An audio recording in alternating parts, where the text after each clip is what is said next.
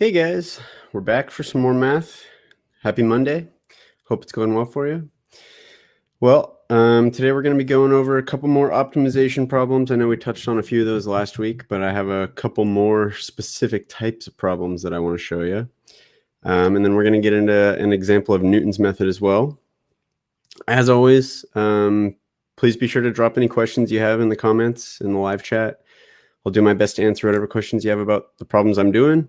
If you have some problems that you're maybe stuck on for homework or trying to study for an upcoming exam, I know finals are right around the corner, drop any questions you have in the comments. I'll do my best to answer even off-topic questions. So feel free to drop those there and we'll see what we can do for you.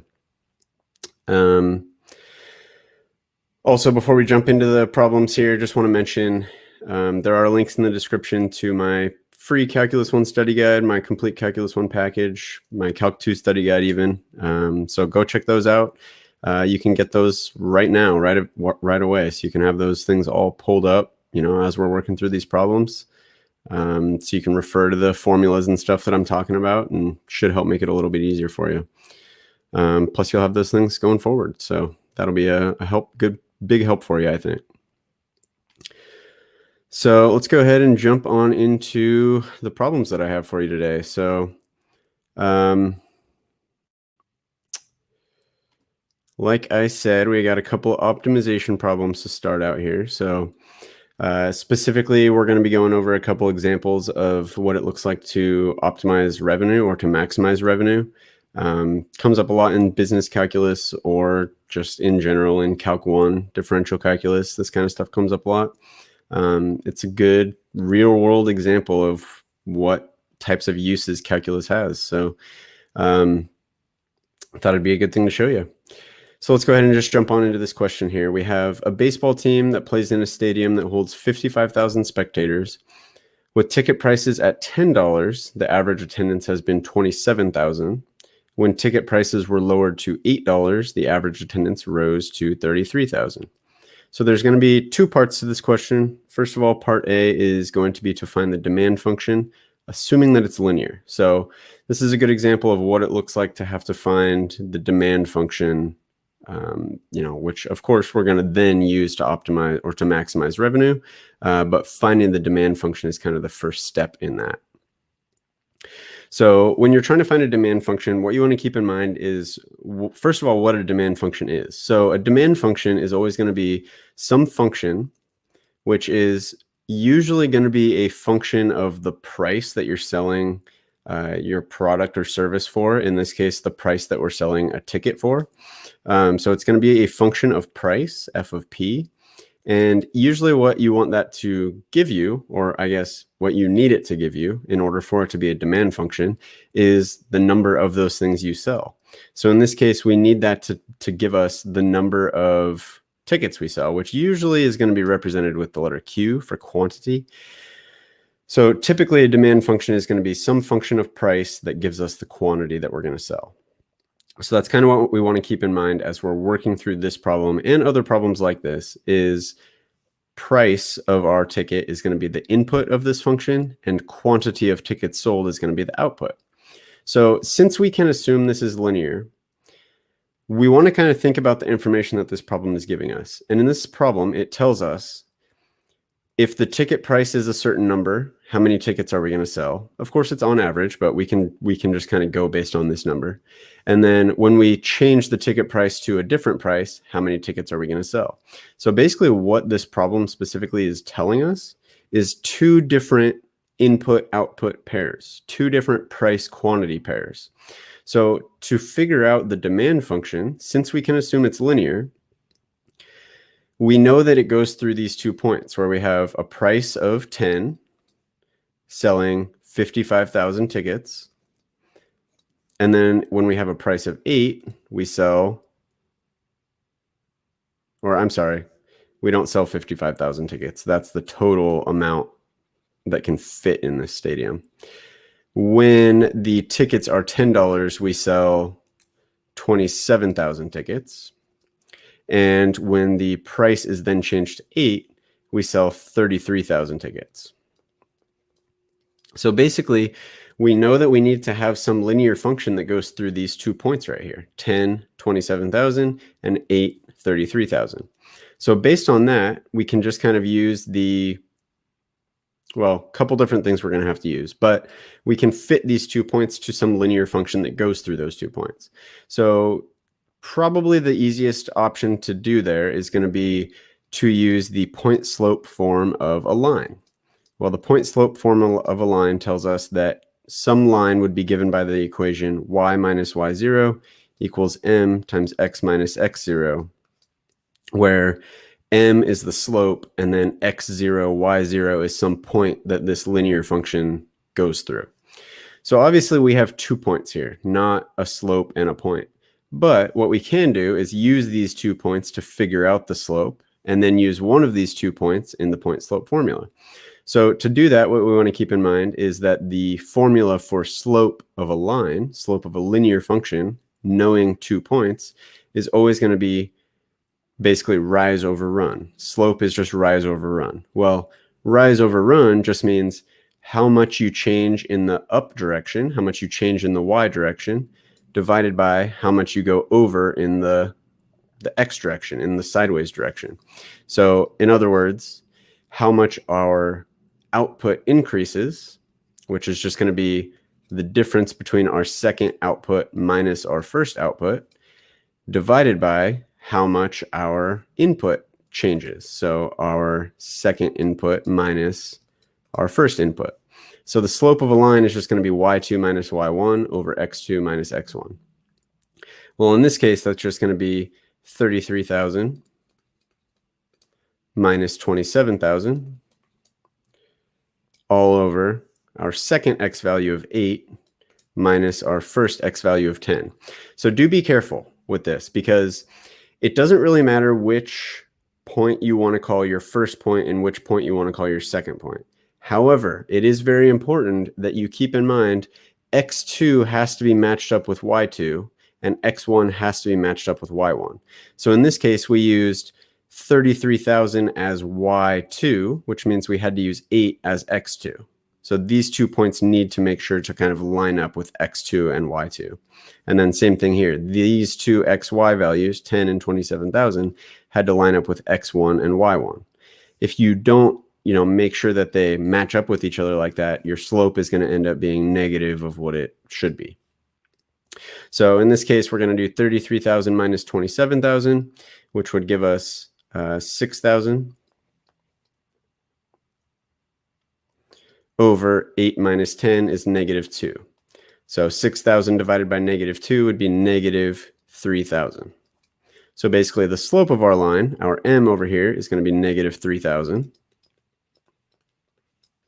And then for x0 and y0, we can just pick one of these 2 points and put it in there. So let's go ahead and just go with our first point here. So we'll do 10 for x0 and 27,000 for y0.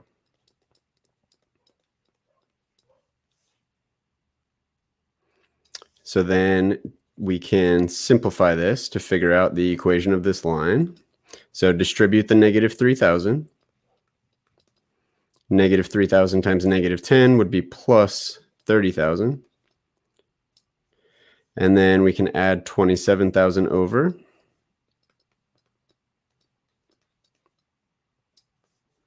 Giving us y equals negative 3,000x plus 57,000. So this is going to be our demand function, which tells us the number of tickets we're going to sell depending on the price of our ticket. So one thing to kind of keep in mind here, it actually probably would make a little bit more sense, instead of using x and y here, instead to use q equals negative 3,000 p plus 57,000, because that way it is more clear that we have an equation that tells us the number of tickets we're going to sell, depending on what the price of our ticket is. We always want to make sure that that is kind of what our demand functions input and output represent. So now there is a part B to this question. We're not quite done yet. What we need to figure out now, knowing this demand function that we figured out here in part A, is what price should we make the tickets in order to maximize revenue? So that's kind of the point of this whole thing. The whole reason why we wanted to come up with a demand function was to figure out the maximum revenue. So first, let's just copy this demand function that we got in part A here.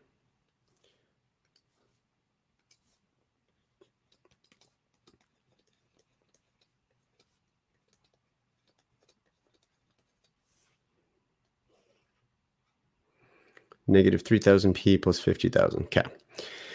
So this is the quantity of tickets we're going to sell depending on the price of our tickets, right? So what we're trying to figure out here is what price of tickets we want to set to maximize revenue. So you want to be very careful there because what we're trying to maximize is revenue.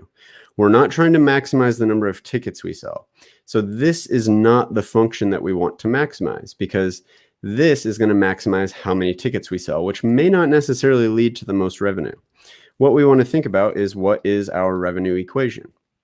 Well, in general, revenue is price times quantity. If you take the number of things you sell times the amount of dollars you sell each of them for, the price of each of those things, price times quantity will give you revenue. Your total revenue would just be number of things times price per thing, would give you the total amount of money you get. So what we want to do actually is figure out our revenue equation depending on our price, because price is the thing that we're trying to figure out. Well, if we already know that this quantity is given by this equation in terms of price, all we can do is say that revenue is going to be the price times the quantity, which we can, since we know Q is equal to all this, we can replace Q with this whole thing. So price times negative 3,000p plus 57,000. Because this equation inside the parentheses now should give us the number of tickets we sell. So now this equation tells us our total revenue only depending on the price per ticket. We only have one variable now. So now if we want to maximize this, all we would have to do is maximize this function, which basically just means find the critical numbers and figure out if it's a maximum or a minimum. So to find the critical numbers, we would just have to find the derivative of this function. So r prime would just be the derivative of this. Well, before we do that, what we actually probably should do is distribute this p in here, because what that's going to give us is a function that's a little bit easier to find the derivative of. So if we multiply p by negative 3,000p, we get negative 3,000p squared, and then p times 57,000 would just be 57,000p. So now this function here, we can take the derivative of just using the power rule. So the power rule just says we're going to bring the power down in front, giving us negative 6,000. 3,000 times 2 is negative 6,000, or negative 3,000 times 2. Keep our p, and then lower our power by 1. 2 minus 1 is just 1, so it's just negative 6,000p. And then the derivative of 57,000p, the p is just going to fall off basically, and we're just going to get plus 57,000. So now to figure out where we may have a critical number, we would just want to take this derivative of our revenue equation and just set it equal to 0. So setting this equal to 0,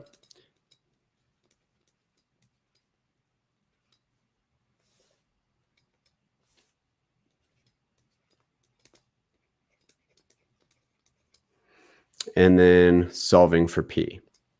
So we'll minus 57,000 from both sides.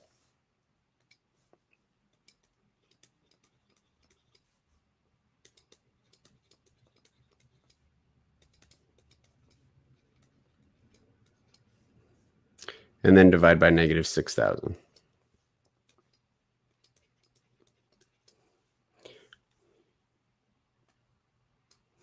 Which just gives us p equals 57,000 divided by 6,000 would be 57 over 6, which should simplify down a bit.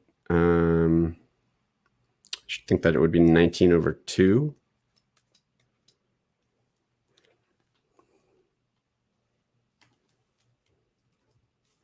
Just to double check that for you here real quick.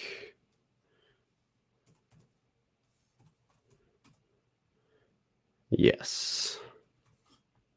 Would be 19 over 2, which would just give us 9.5. So basically $9.5 would be the optimal price that we would want to set these tickets to maximize our revenue. All right. Hopefully that made sense. Like I said at the beginning of the video, if you do have any questions along the way, feel free to drop them in the live chat. Whether that's questions on this problem right here or any other problems you have, feel free to throw them in there. All right, and we'll go ahead and jump on into the next example here.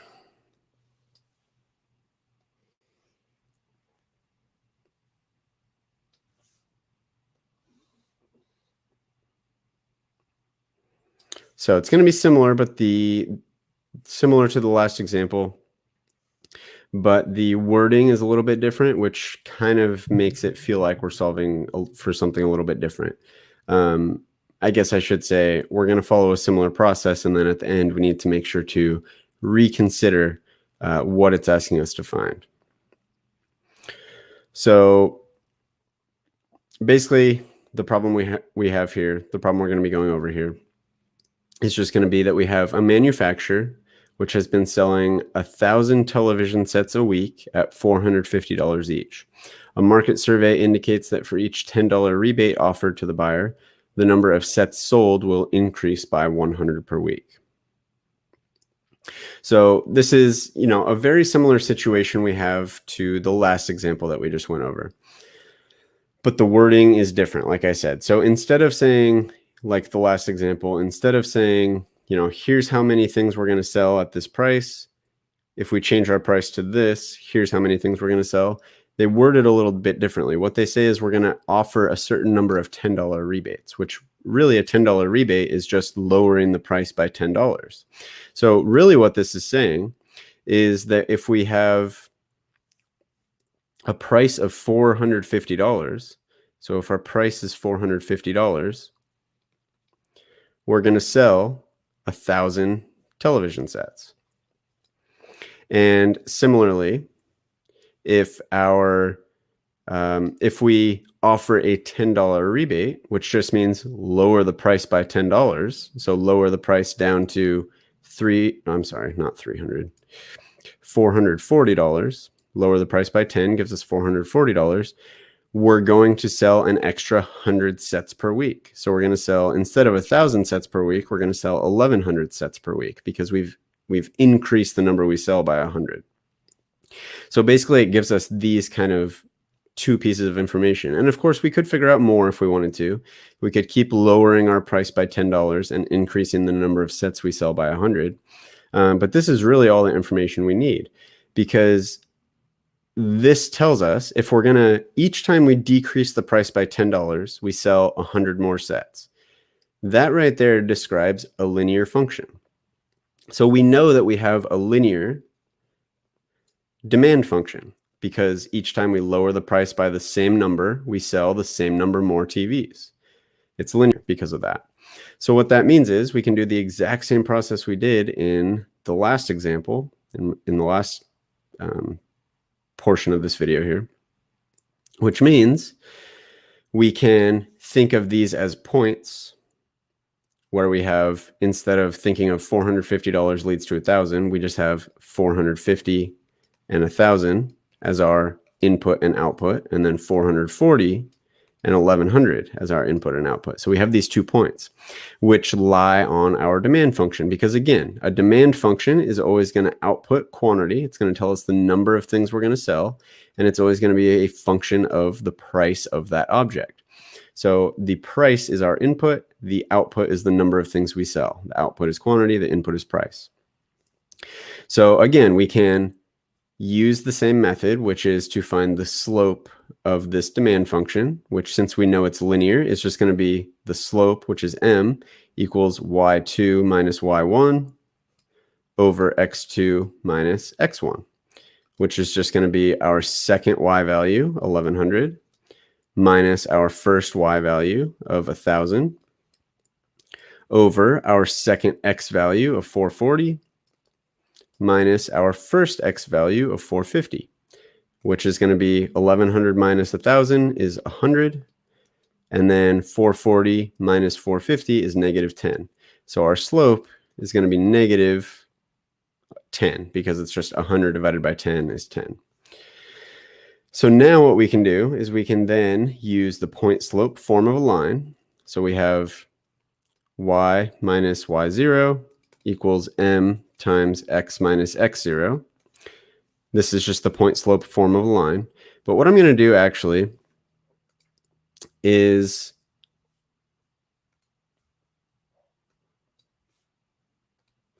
instead of putting this as y's and x's, let's put it as p's and q's, because p and q is going to be typically the kind of variable names that we want to use in this, because we want it to be a function of price and output quantity. So instead of our output being y, we're going to have q. So it's going to be q minus q0. And then p minus p0 is going to be our input, because p is going to be price. So we're going to have basically q minus some specific quantity that would be sold, that we, in other words, a point that lies on this line, equals the slope, which we just found to be negative 10, times p minus, a price that lies on one of these points. Again, just a point that lies on this line. So the q and the p is always going to remain the same. The p0 and the q0 is just going to be the price and quantity of one of the points on this line. It doesn't matter which one we choose. We can choose either 450 and 1,000, or we can choose 440 and 1,100. Let's just go with our first point here. So we'll use 1,000 as our quantity and 450 as our price. And then we can basically just simplify this line equation we have here. So we'll keep q minus 1,000 over here for now, distribute our negative 10, giving us negative 10p. Negative 10 times negative 450 gives us plus 4,500. And then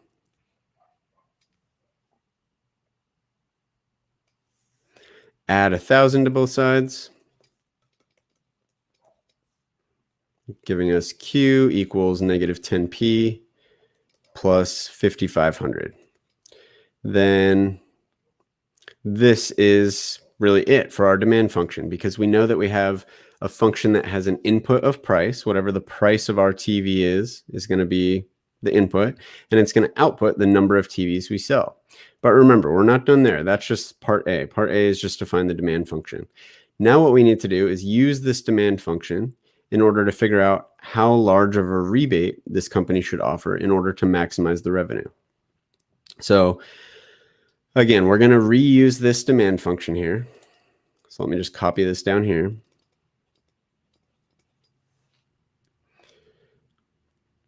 And what we want to figure out is the maximum revenue, or what rebate we should offer in order to maximize revenue. Well, in order to figure that out, what we need to figure out is what price we should put the televisions at to maximize revenue, which means, really long story short, we're trying to maximize revenue. We need to get our revenue as big as possible. So to do that, we need to first figure out what our revenue equation is so that we can then maximize that equation.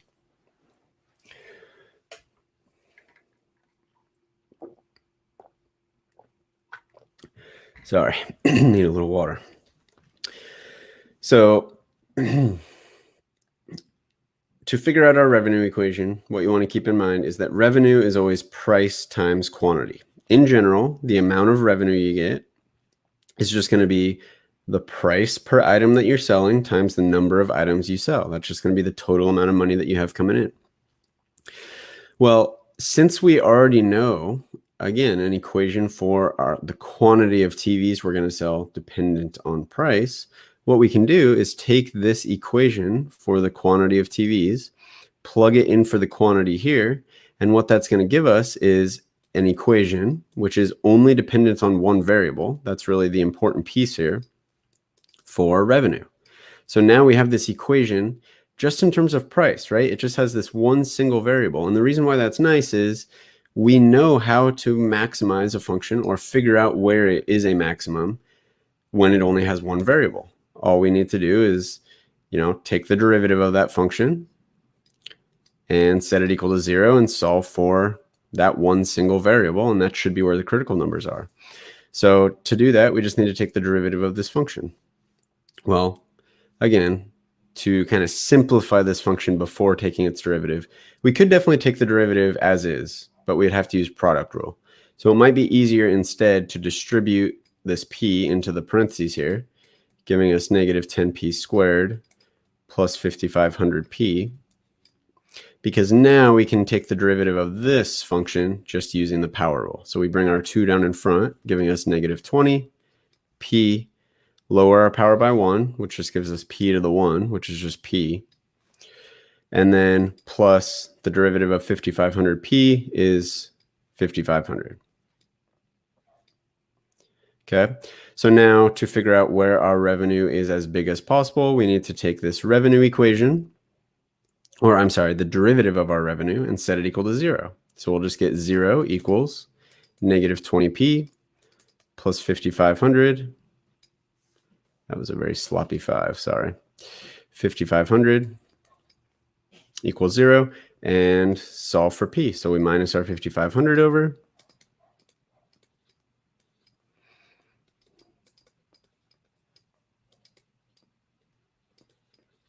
And then divide by negative 20.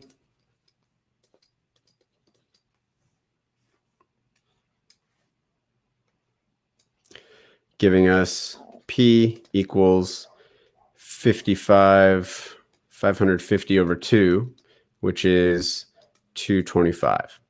So basically, and this is not our final answer yet, there is a little bit more we have to do here, so be careful. Because what we just found was the price that will maximize our revenue. But remember, that's not what our question asks us to find. The question asks us to find, if we go back up here, how large of a rebate should the company offer in order to maximize the revenue? So what we figured out is we want our televisions to be priced at $250 or $225. That is our optimal price to maximize our revenue. But going back to the original problem up here, they said what they did was they started with a price of $450 and they started adding on $10 rebates, basically giving discounts from that $450. So what we want to think about, actually, not what price we want to put our televisions, but if we start at $450, how much of a rebate do we have to give in order to get down to our optimal price of $225? So basically what we're trying to do is solve this equation, which essentially just means, minus the 450 over,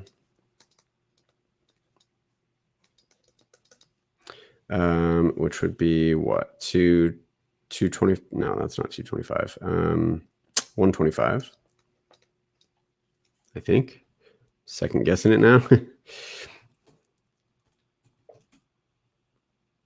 Oh, no. I did my math wrong, up one step above. My mistake. Yes, this is wrong. Sorry. 550 divided by 2 up here is not 225, it's 275. So let me adjust that there. So the optimal price is 275. So what we need to do here is figure out how many rebates we need to get our price down to 275, which would actually be 275 minus 450 here. 275 minus 450 would be x equals negative 175, which means x equals positive 175. So basically we need to give $175 worth of rebates in order to get to the point where we're going to maximize our revenue.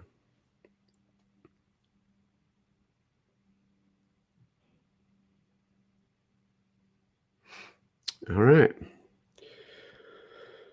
Sweet. So that's going to be it for that problem. Any questions in the chat here? Let me take a quick peek. Doesn't look like it. Yeah, so like I said, if you do have any questions along the way, feel free to ask them, even if they're unrelated to the questions I'm doing. I can oftentimes help with other questions too, so should have some time for that. Whatever questions you got, go ahead and throw them in the comments there. Whoops, don't want to skip ahead on that one. Let me go back up here. All right. So that is what we have here for the maximizing revenue problems. I do have an example of Newton's method that I wanted to go over here. So this is the example we're going to be doing here. We're going to use Newton's method with an initial approximation of x1 equals -1 to find x2. The second approximation to the root of the equation x cubed plus x plus 3 equals 0. Then we're going to explain how this works by graphing the function and its tangent line at the point -1, 1.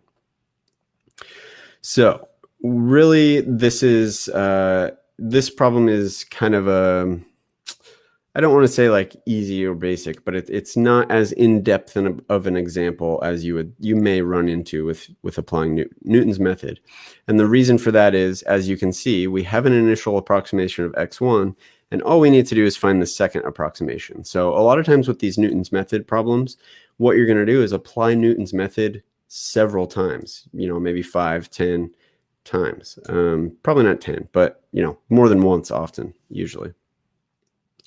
But really, to do this, the point of Newton's method you want to keep in mind is really all we're doing with Newton's method is trying to find solutions to the equation some function equals 0, or in other words, finding roots or the root of an equation.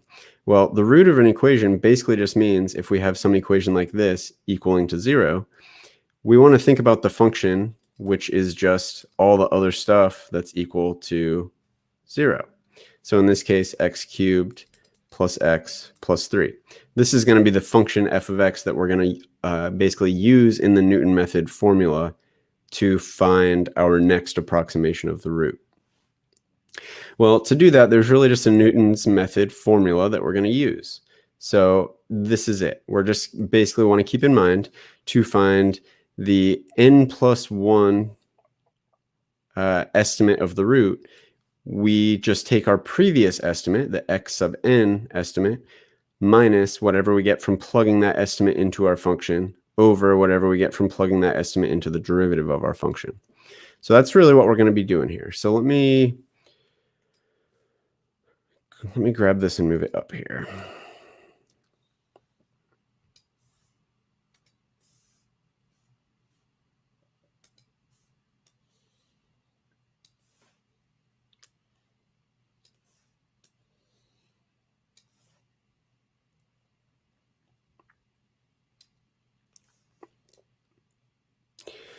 All right. So let's think about these different pieces of this equation and what they're saying.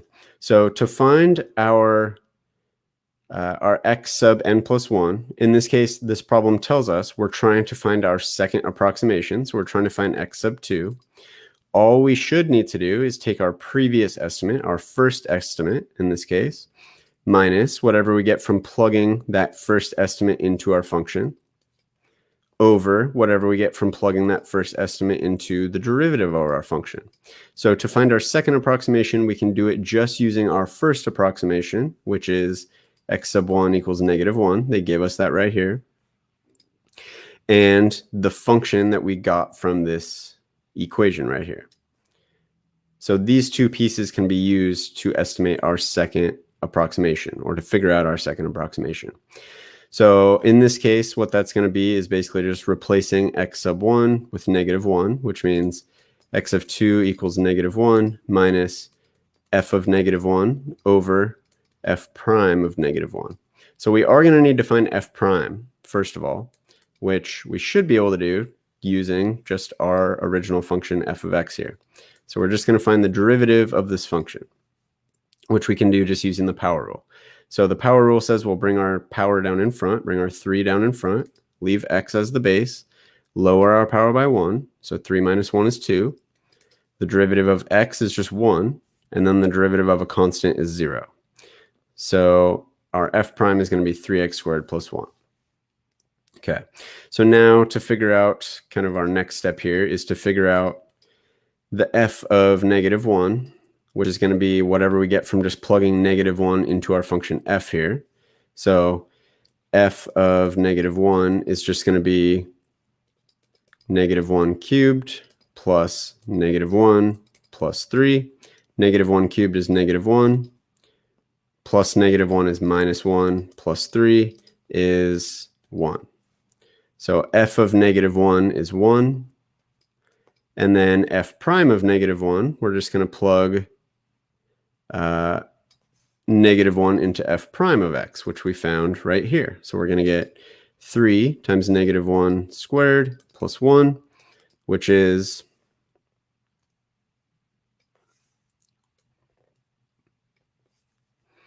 -1 squared is 1, times 3 is 3, plus 1 is 4. So this is going to be 4, f prime of -1. So simplifying this, we're just going to get -1 minus 1/4, which to add fractions, we would need to make sure to get a like denominator. So -1 is the same as -4 over 4, and then minus 1 over 4, which gives us minus 5 over 4. So basically our second approximation of the root of this equation is just -5/4. So now what we need to do is consider, why this works or how this looks on a graph essentially.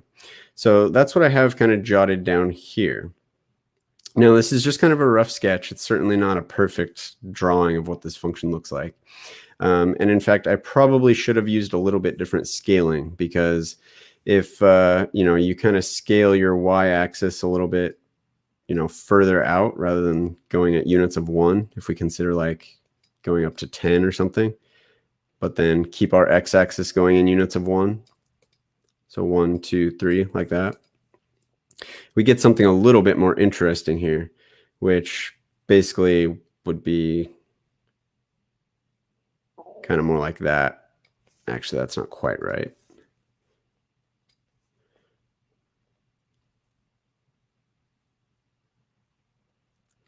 More like that. You might be able to see it a little bit better if you kind of zoomed out on that. But anyways, what we have here basically is we have our y-intercept of 3. It does have kind of this S-shaped curve to it.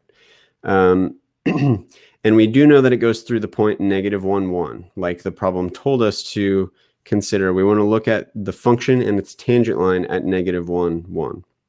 Well, if we plug in -1 into our function here, we get +1. So we know that our function goes through that point, -1, 1. And therefore, we're looking at the tangent line of this function that goes through that point. So you can see, looking at this graph here, our function, which we just figured out our x2 estimate of using Newton's method to approximate this root. So graphically, where this root lies is right here. It's where our function intersects with the x-axis. Well, we just figured out, using our first estimate of x equals -1, which is right here, our first estimate at x equals -1, graphically what Newton's method is doing is it's essentially drawing a tangent line to your function from your prior estimate and then extending that tangent line down to the x-axis. And then where that intersects is what you use as your second estimate. So basically, if we look at this tangent line here, it intersects with our x-axis of our function at the second estimate we got, which was -5/4. So basically, we can see that this intersection right here of this green tangent line with our white x-axis here is -5/4. Now, if we were to then consider our next estimate, what we would do is go from this spot here on our x-axis down to our function, and then do the same thing again there. We would draw a new tangent line from this point down here and see where that intersects with our x-axis. And it's kind of hard to see here without like really zooming in, which I'm not sure I can do here. I don't think I can. It's not really a good way to zoom, but if you were to kind of graph this using some graphing software or a graphing calculator, you could definitely zoom in. And if you graph your next tangent line from this point here at -5/4, you would then see that your tangent line would intersect with the x-axis much closer to where your function does. And that's kind of the point, is that each time you iterate through this this Newton's method, you're just getting a little bit closer to the estimate of the root that you were the time before that. So that's kind of the idea there with that. So that's really all I had prepared, those 3 problems there. Not seeing any questions in the chat. If anybody has anything, feel free to throw it in there. But otherwise, we'll go ahead and get things wrapped up here.